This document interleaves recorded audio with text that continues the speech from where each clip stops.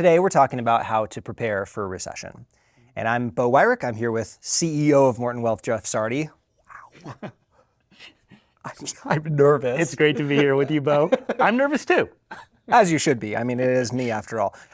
So we are talking about how to prepare for a recession. And one of the things that I think is true is that the way that people look forward to a potential upcoming recession has a lot to do with their experience in the past recession or lack thereof. And one of the things that we talk about a lot is people who are on the younger side maybe weren't even adults the last time we had a recession in 2008. Right. They've never experienced it before. Yeah. And so their view of what the next recession looks like is kind of non-existent. Yeah, they can't even imagine it. Right. Yeah. They don't experience. Whereas for me, I was graduating from college in 2008. And I couldn't find a job. I couldn't get an interview. This was like May of 2008, May right? of 2008, I graduated college. Yeah. I'll never forget the feeling of not being able to find work. Yeah. It's embedded in my brain, and it's affected me to be a much more cautious investor, a much more risk-averse person because of those memories. And so I see that all the time. It's like, oh, when's the next recession around the corner? I'm one of those people, right? Whereas there's a lot of people who are saying, it's never going to happen again. Things have changed. It surprised me though, because you're such an optimistic, glass half full type of person. Yeah. But still, I guess it affected you to that degree. That's compensating. Yeah. So you started your career right before the dot-com recession. What was that experience like? Yeah, started in financial services in 1999 as the market was just ripping up dot-com stocks. And then on the heels of that, just a year later, the bust of the dot-com stocks and the NASDAQ, falling 80%. So speaking of people not remembering the last recession, that's like 2 recessions ago. It was. That's ancient history. It feels like a distant memory. It was very visceral for me at the time and definitely affected my thoughts of booms and busts and how to prepare for them. But I think what shaped me even more was, similar to you, it was really the 2008 recession. I started a hedge fund with a partner in January 1st of 2008. What timing? Kind of crazy timing, but in many ways for me personally, from a learning experience, it was really fortunate because I was fortunate enough to partner with my partner at the time, who I'm still very close with, really a brilliant thinker, very contrarian in his approach, and not contrarian for contrarian's sake, but really just a very independent thinker who was able to see the forest through the trees. And what he saw, he didn't have a crystal ball, but he saw tremendous imbalances out in the system, namely with regards to housing, and had a conviction that we had to protect portfolios against those imbalances. And it was through that experience that it just really shaped my thinking around risk management. Again, not predicting when a recession will come, but looking at the imbalances and protecting against those imbalances ahead of the fact, making me think differently about diversification, really incorporating assets that will not be driven by economic growth or GDP. A lot of our thoughts around gold came through that time period, which I'm sure we'll talk more about as well. So to your point, really shaped my view of how to protect against recessions just because of that experience that I lived through. Yeah, it's interesting. You can't predict when a recession is going to happen. You can prepare for it. Yep. You just so happen to have the timing pretty right on in 08. Yeah. And so there's a lot of people who say like, no one could have seen this coming. It's like, well, you kind of could have seen it coming, but getting the exact timing right. Yeah. Like the big short guy, he started shorting in 2005, and it was like, it was a little early. So looking back at the last recession can oftentimes give us an impulse of what the next recession is going to be like. But what we know from history is it's usually the next recession isn't like the last recession. It might be a head fake. Right, exactly. So preparing for yesterday's war might not really win you the next one. I love that you say that because the last real nasty recession was 2008. And 2008 really changed things in terms of now the next recession, when it comes, will look different than that previous one. And I think a big part of it is because we are now in such a world, a financialized world. And what I mean by that is 2008 changed everything, and the government came in to save the system with 0% interest rates, money printing galore, especially now in recent years, the debt binge with each passing year, always to paper over the problem. The government at large, and this isn't just in the US, but even around the globe, really is frightened of recessions and is frightened of economic cyclicality. So they'll do everything they can to stimulate the economy, to protect against those downturns, if you will. So that's all well and good, but the problem is, by saving the system over and over, you don't have that nasty downturns and you create larger imbalances than would have otherwise exist. I think maybe a simple analogy is to think through like a forest fire, and really unfortunate timing here talking about a forest fire, which just happened in Southern California. But it is sort of enlightening when you think about protecting against fires. Ideally, there are small fires along the way, you clear the brush to prevent against that otherwise ultimately very disastrous fire. We have not allowed for the small little brush fires, clearing of the forest, if you will, to protect against the ultimate calamity of that large forest fire that potentially now is coming down the road. The longer that you put it off, the worse the resulting recession might be. Yes, exactly. It's those imbalances that you have to ultimately let a little bit of air out of the balloon at certain points, or ultimately that balloon will just keep getting bigger and bigger and ultimately pop. Okay. So not to say that we're predicting a recession or that we know when the next recession is going to happen, but if you were to say there's a bunch of red flags that you're seeing, and when the next recession happens, it's going to be those red flags that people are like, oh, we should have seen it coming. What are you seeing around like the economic ecosystem that is concerning you? Yeah, there's a number of things that we're looking at, and I think I would point to 4 main topics. One is the job market, always looking at the job market and the health of the underlying American consumer. Interest rates, are interest rates going to go up or down? Housing market, especially as housing prices have gone up in value. The housing really drives the economy to a large degree.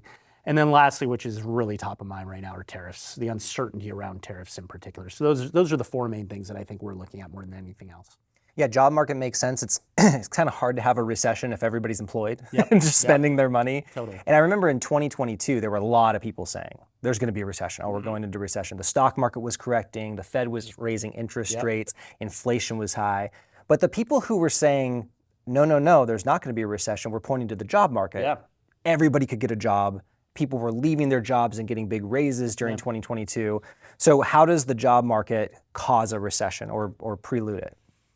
As a starting point, consumers are 70% of the underlying economy in the United States. So as go the employed individuals, so goes the economy. If you have a recession and people out of work, people will not spend money as much, and that could really be a snowball effect and trigger a recession. One other aspect is how people invest. And what's really newer in the last, call it 15, 20 years, is the advent of the 401k, the retirement plan, where on a systematic, to some degree even mindless fashion, every 2 weeks when someone gets their paycheck, they automatically have a certain amount of their money deposited into their 401k plan. And what happens? You buy stocks, right? Again, in a very systematic way. That regular purchasing power of stocks, and again, I say mindless. This is a wonderful advent. People are saving for their retirement, so it's great. But again, it's just done in a systematic way, no matter what the environment is. And so that results in underlying demand for stocks. If that shifts, if people suddenly are not working as much, let out of work, not contributing to their 401k, if anything, even withdrawing from their 401k, all of a sudden that can result in more sellers of stocks than buyers, and that can really have a domino effect. Yeah, I guess the balance between sellers and buyers is very related with the price of stocks. It's like selling anything. If I have a hamburger shop, and if people are lined up out the door to buy my hamburgers, I can keep the price of my hamburgers pretty high. And that's like people with their 401ks. Every 2 weeks, they're buying stocks. But if people stopped being employed at the same rate, they're not lined out the door to buy my proverbial hamburgers, I would have to lower the price of the hamburgers in order to sell them. Same with stocks. It's a great analogy, So we could see if people are not as employed, there's not going to be as much purchasing power or purchasing pressure on stocks. One last point on that, demographics. More and more baby boomers are retiring as well. So you have that shift where baby boomers leaving the workforce and no longer contributing, and in fact now starting to live off their savings. So that's another headwind we potentially face down the road. Right. Not only baby boomers retiring, I think it's like 10,000 baby boomers a day retiring, but they have the vast majority of the wealth in this country. And so if they're the ones who are withdrawing from their 401ks, selling stocks, taking their RMDs, then you could arguably see some selling pressure on the stock market at that point. Okay, so the second thing you mentioned was interest rates. Yeah. How are interest rates concerning you right now? What could you see them as playing a role in causing the next recession? Interest rates are very dependent on the job market. So even going back to the job market, what's happened in recent months is the data has really deteriorated. As we're recording this in early September, just last week, the August numbers came out for unemployment, very poor.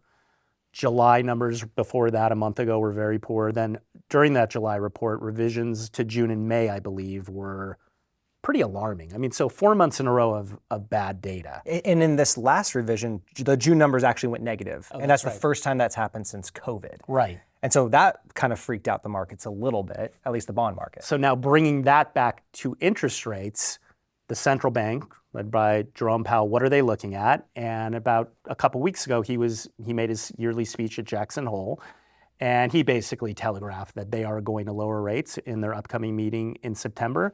And the main reason why, it's because of the job market. He's always balancing job market versus inflation. That's always the dual mandate, and balancing those two risks. Which is he more focused on currently? And he made it very clear. He's more focused on the job market because he's seen deterioration. So that is one of the signs we are now looking at. Interest rates are telling you something, especially the Federal Reserve, the short-term interest rate. They are looking to lower interest rates to try to stimulate the economy because they're concerned that there's a slowdown coming. You do see that if you look at the charts of the last recessions, it usually is corresponding with a severe drop in the Federal Reserve's interest rates, right? Okay, and so then interest rates are obviously very tied with housing, which is the next point that you brought up. And I hear from real estates all the time, oh man, the Fed's gonna lower interest rates. You gotta buy a house right now. Yeah, exactly. How does this relate with the economy and recession? So I'm glad you brought it to housing, because obviously what drives housing so much are mortgage rates, which are longer term interest rates. Short-term interest rates and long-term interest rates, sometimes they're tied closely together, but that's not always the case. The Federal Reserve controls short-term interest rates, and investors and the media at large are thinking that, oh, okay, because if the Federal Reserve lowers short-term rates, the long-term interest rate will follow and mortgage rates will come down. Because mortgage rates are closely tied to, say, the 10-year Treasury yield, right? Correct, the longer-term Treasury yield. But that's not necessarily the case. This comes back to, we mentioned it quickly, inflationary pressures. We happen to be in an environment very different than from 2008, call it through 2020, which was a lower inflationary environment. In that environment, every time they lowered short-term interest rates, longer-term rates fell, and that's why mortgage rates, you could get a mortgage in the 2 to 3% range. Inflation, though, changes everything. The risk is if they do lower interest rates and lower them too much, long-term rates, instead of lowering, might actually stay elevated or even spike in value. That would obviously be challenging for the home market, because instead of mortgage rates and your regular monthly mortgage bill going down, it might go up, which could be a headwind for housing prices. Yeah, so you could see, I think we saw this happen in some way back in September 2024. Yeah, last year, exactly. They started lowering interest rates, they being the Fed, Yep. and everybody said, oh, they're lowering interest rates, so therefore mortgage rates are coming down. Yeah. But over the next 6 months, mortgage rates went up Exactly. by a full percent. And so we saw that happen was completely against expectations. Totally. What can happen about housing prices going down at the same time that interest rates go down? Because oftentimes we hear, oh, the Fed's gonna lower interest rates, housing prices are gonna go up. Yep. Because interest rates are gonna come down. There's usually a correlation there. Sure. Lower interest rates, higher housing prices. So there are two reasons that potentially lower interest rates might result in lower housing prices. The one we quickly hit on is, again, if they lower rates and the long-term rate goes up, mortgage rates could go higher. That can hurt or be a headwind for housing prices. The second thing, though, is supply and demand. Many of potential sellers of homes have been waiting on the sidelines because they're waiting and hoping for exactly what you alluded to. Oh, once interest rates are lower, there are going to be more buyers in the market, and I'll wait to list my home at that time. So there's a tremendous amount of pent-up supply, where the concern is when the Federal Reserve does lower interest rates in the coming months, all of a sudden there's going to be an onslaught of homes hitting the market. Again, an onslaught of supply. Now, I mean, almost taking it back to your hamburger analogy, right? Now you have a ton of homes hitting the market. Too much supply, not enough demand, that might actually make home prices go down because of that supply-demand imbalance. I'm not only selling hamburgers, my neighbor's selling their hamburgers, and their neighbor's selling hamburgers. Totally. Nobody's buying our hamburgers. That's it. And so you see, here's you being a contrarian, like you said, you hear the narrative saying that once interest rates fall, buyers are going to flood the market. And what you're saying is actually when interest rates fall, or if they do, sellers could flood the market. Yes. You could actually see an oversupply of housing. And I think we're starting to see that shift, at least where we live. A lot of price cuts are happening. Sellers are having to lower the price of their homes in order to find buyers right now. They're blaming it on interest rates, but what lower interest rates could do is just bring more sellers to the market, which could exasperate the problem, right? This is really complicated. The only thing we do know is the Federal Reserve is likely going to lower the short-term rate. What happens to the long-term rate? Will that go down or up? We really don't know. Then in addition, will sellers, depending on that long-term rate, will sellers overwhelm and flood the market, or will buyers overwhelm and flood the market? And what's that balance between supply and demand? Honestly, we just don't know at this time. And it probably is multivariate. There's probably a lot to do with what's the employment numbers. If you want to buy a house but you lost your job, sorry, you're not going to be able to buy that house. And so the last thing on the housing market, there's a lot of correlation between home value and the economy at large. Why is that? Housing is it's gone up so much in value. I don't have the stats on this, but they represent typically a very large percentage of families' net worth. So if your asset goes down in value, even if you're employed, that could be concerning. You might go out to dinner less. You have less ability to borrow. A lot of what's been funding construction projects in home, other expenditures, people taking out home equity lines. You can't really do that as easily if your home value goes down. So goes the value of your home, so goes the health of your pocketbook, if you will. Yeah, there's a psychological element to it of I don't feel as wealthy as I was. And then there's also just a mathematical element. I have less to borrow against my house in home equity, and maybe interest rates are too high, I don't really want to. And that can kind of contract the economy. Okay, so we've covered the big three, jobs, interest rates, housing. Dark horse variable is this whole tariff situation. So not that you have a crystal ball, but how do you see tariffs affecting the possibility of a recession? The main thing is tremendous uncertainty around tariffs, and uncertainty is never good for corporate America. So that's just concerning that because of that uncertainty, there could be slowdowns with regards to companies at large. The main ways that shows or manifests itself, the first one is around behavior of purchasing power on the part of companies. If you think about a company that's looking to build its inventory, are they going to buy the good now, or are they going to wait 3 months down the road when that price is higher and that inflation has already hit? So what's happened, and it's not surprising, they've bought that inventory to a tremendous degree now. They've front-loaded, if you will, that inventory that they would have purchased 3-6 months down the road. That resulted in really actually pretty strong economic numbers in recent months because of that activity. But the fear is that the next 3 to 6 months, the inventory that they would have purchased, the economic activity that we would have seen in the data, we're not going to see. It might be more negative. I mean, I did that myself. I went and purchased a Japanese vehicle right before the tariffs hit because I'm like, I need to get it while the getting's good. And so, whether or not that was the right decision, I don't know. But I was part of that trend. Right. Yeah. You got ahead of that upcoming price hike. Exactly. And I'm not buying a car in 6 months. Right, exactly. I bought it 3 months ago. So that means the upcoming data might be a little bit slower than it otherwise would have been. Another aspect is in terms of corporate planning. So one example is I'm part of a networking group, a group of CEOs in different industries. And a CEO was talking, he manages products around the globe, has manufacturing plants around the globe. And he was ready to start the process of building a factory in Malaysia just a few months ago, completely put it on hold. He has no idea what the ultimate policies with regards to tariff rates in Malaysia will be. He's thinking, should I shift that plant to somewhere else? Should it go to Mexico? Should he even onshore that to the United States? He doesn't know yet.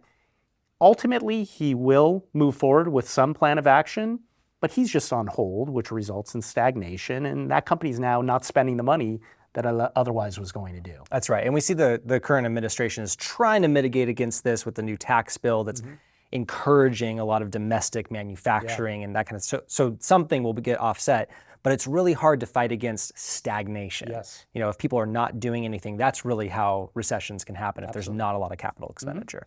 Okay, so we see kind of these 4 red flags: the job market, interest rates, housing, and tariffs.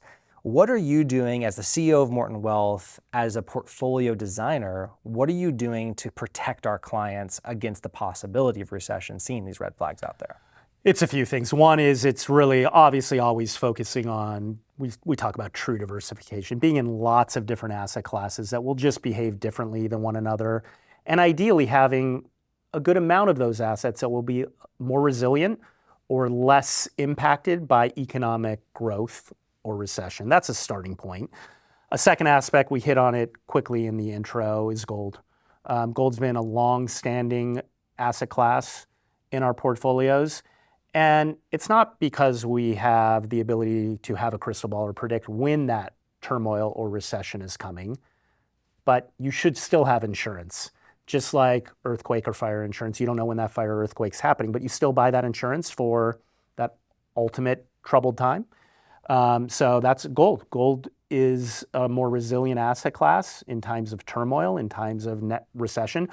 Gold doesn't necessarily perform well in all recessions. I don't want to overpromise, but specifically our concerns around upcoming imbalances, namely around interest rates, money printing, the debt levels we're seeing, concerns around the dollar, we think gold can potentially be a strong performer as it has been in that potential upcoming recession. Well, and you mentioned this, you kind of alluded to the financialization in the post-2008 world, and how governments have become so much of a bigger player in the economic activity. If you just look at the components of GDP, government spending continues to get larger and larger as a percentage of that. And so at some point, logically, it's intuitively makes sense that the price of gold is going to adjust to just the printing press of money. And we're starting to see that play out, we think, as the price of gold is just skyrocketing right now. And it's kind of like, well, we know that when the next recession hits, the printing presses are just going to come on in full force. It's kind of just conventional wisdom. And so that makes a lot of sense with gold. And that alludes to also how you can't use the last recession to predict the next recession.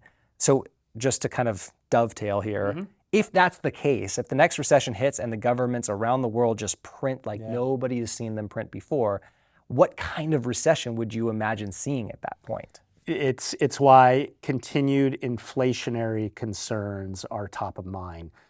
Many previous recessions were more deflationary in nature, slowdowns, but we know, I mean, the playbook is already out there, really going back to 2008, not just here in the US, but around the globe. They will lower interest rates, they will likely print money, issue more debt, and we think that kind of creates a floor under inflation, and inflationary pressures will continue to persist even in a slowdown. That's really counterintuitive. Usually you don't associate inflation with recessions, but we think inflationary pressures will continue. And that's the reason why we also are so passionate about assets. When we talk, as you know, we do so much in the way of lending, but our focus on lending is lending against assets as opposed to company cash flow. Why are we typically underweight or avoid company cash flow when we're making loans? It's because cash flow is going to be very cyclical and obviously go up and down with the direction of the economy. That's not really protecting against a recession. Very different when you're lending on illiquid assets, things like inventory, things like a trucking fleet.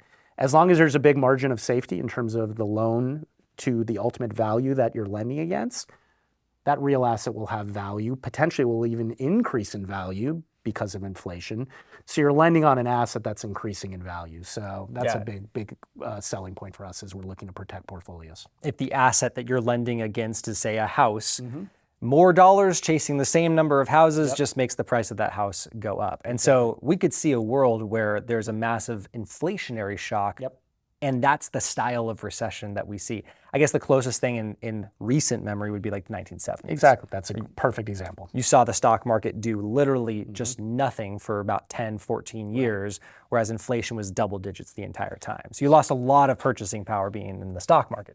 But you did well if you were invested or lent against real assets and gold. The typical resilient asset class, bonds, flight to safety or treasury bonds, that's what people generally think of in terms of safe haven assets, did very poorly in the 1970s as interest rates were rising. So again, if the upcoming recession looks more like an inflationary 1970s style recession, we're incorporating asset classes that hopefully should be resilient in the face of that. I love it. You're kind of positioning us for, hey, it could go right, it could go left, it could go down the middle. We don't know. It could just keep on going. We could just keep on having a roaring economy for the next 3, 4, 5 years. We have no idea what's going to happen. Yep. Okay, well, I think we've gotten to this or that. Okay, let's do it. Jeff, I think we've established that we're the cool kids at the lunch table that so? talking about all this macroeconomic stuff. Yeah. Okay. So as the cool kids, Yeah. here's a this or that question for you.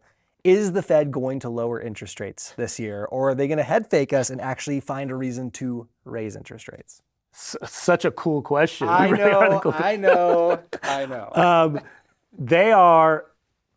They're definitely going to lower rates. That's not surprising come September. But I think the more interesting question is, will they lower rates in the October, November, December timeframe?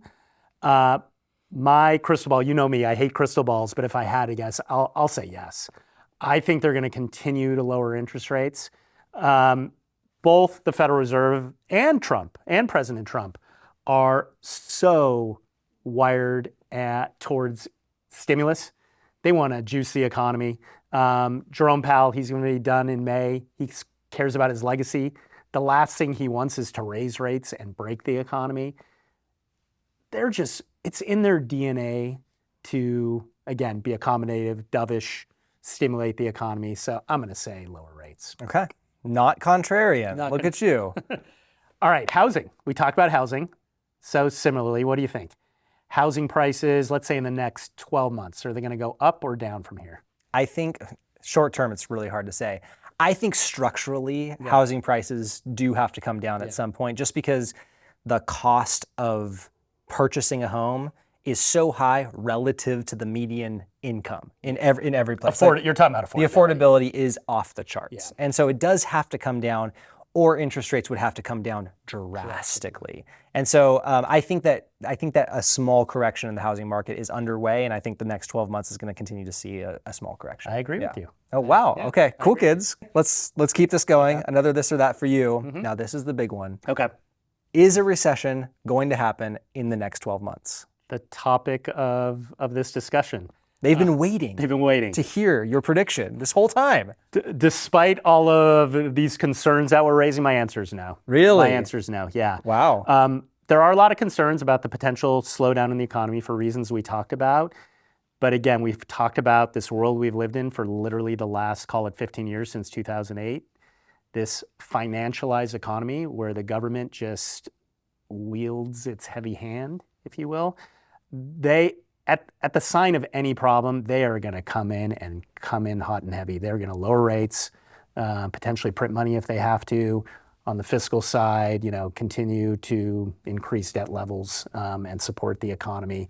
So I think, and by the way, long term, going back to the forest fire analogy, I think that's a problem. I think that'll create larger imbalances over time.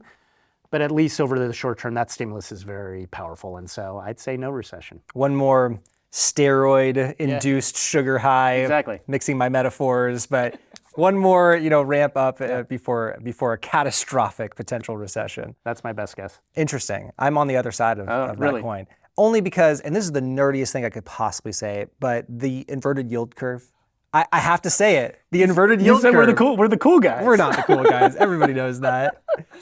The inverted yield curve, once it normalizes, it usually precedes a recession. You just officially lost the audience. You talk about the inverted yield curve.